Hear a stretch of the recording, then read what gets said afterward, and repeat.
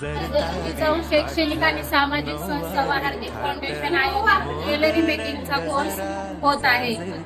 या कोर्सला आम्ही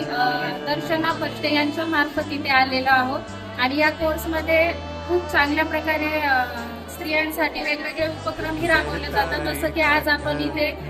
नथ मेकिंग, टॉप्स मेकिंग हे वेगवेगळे जे काही ज्वेलरी मेकिंगचे डिझाईन्स आहेत त्या इथे बनवले जात आहेत आणि तसेच काम करत असताना इथे घराची, नाश्त्याची, पाण्याची सर्व प्रकारची व्यवस्थाही त्यांनी केलेली आहे आणि स्त्रियांना म्हणजे घरी राहूनही